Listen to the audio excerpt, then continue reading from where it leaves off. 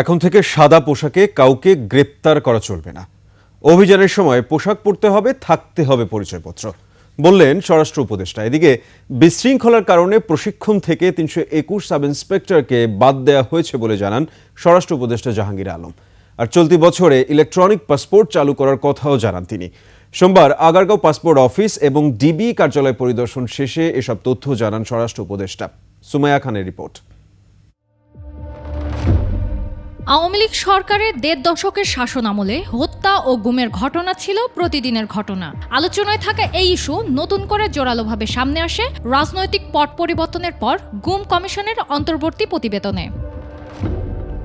দুপুরে ডিবি কার্যালয়ে যান স্বরাষ্ট্র উপদেষ্টা। আয়নাঘরের বিষয়ে নিজেদের অবস্থান স্পষ্ট করেন তিনি। আয়নাঘর বলতে কোনো কিছু থাকবে না, এখানে কোনো ভাতের হোটেলও থাকবে। আর প্লাস এই ডিবিদের ক্ষেত্রে এইও বলা হয়েছে যে এরা সিভিল ড্রেসে কাউরে অ্যারেস্টও করবে না, তাদের জ্যাকেট অবশ্যই পরিধান করতে হবে, তাদের আইডি কার্ড শো করতে হবে। দেশের সীমান্ত সুরক্ষিত আছে।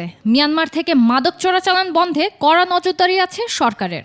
বর্ডার কিন্তু পুরা আমাদের নিয়ন্ত্রণে আছে। এখানে শুধু এই অপহরণকারী না, ওখানে মাদক চক্র কিন্তু খুব অ্যাক্টিভ। চলমান প্রশিক্ষণ থেকে অব্যাহতি দেয়া ৩২১ ক্যাডেট সাব ইন্সপেক্টরদের নিয়েও কথা বলেন তিনি। শৃঙ্খলাজনিত কারণে বের করছে, এটা একটা প্রমাণ হলো। দেখেন এখন তারা কিন্তু এই বিশৃঙ্খল কাজ করতেছে। এরা যদি শৃঙ্খল হইতো তো তারা তো প্রপারভাবে একটা অ্যাপ্লিকেশন করতে পারতো আইজি সাহেবের কাছে, স্যার আমার তো এটা ঠিক হয় নাই।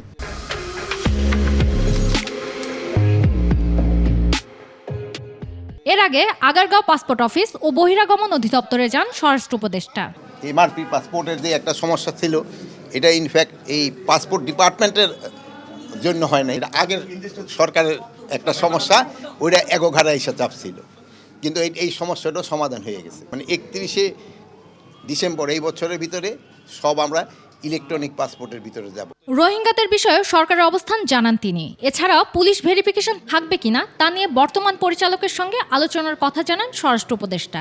পুলিশ ভেরিফিকেশন থাকছে কি থাকছে না এই ব্যাপারে আমি এখনও বলতে পারবো না, বাট যদি দেখা যায় যে শুধু আমাদের আইডি কার্ডে দিয়ে পারা যায় তো হয়তো আমরা পুলিশ ভেরিফিকেশন তো উঠাই দিব। রোহিঙ্গার যে সমস্যাটা বললেন, এই জন্য কিন্তু এইটা জিনিসটা উঠানো যাচ্ছে না। লিবিয়ায় আটকে পড়াদের ফিরিয়ে আনতে সরকার কাজ করে যাচ্ছে বলেও জানান স্বরাষ্ট্র উপদেষ্টা। লিবিয়া গিয়ে আটকে আছে, এরা কিন্তু আমাদের বড় সোর্স অফ ইনকাম।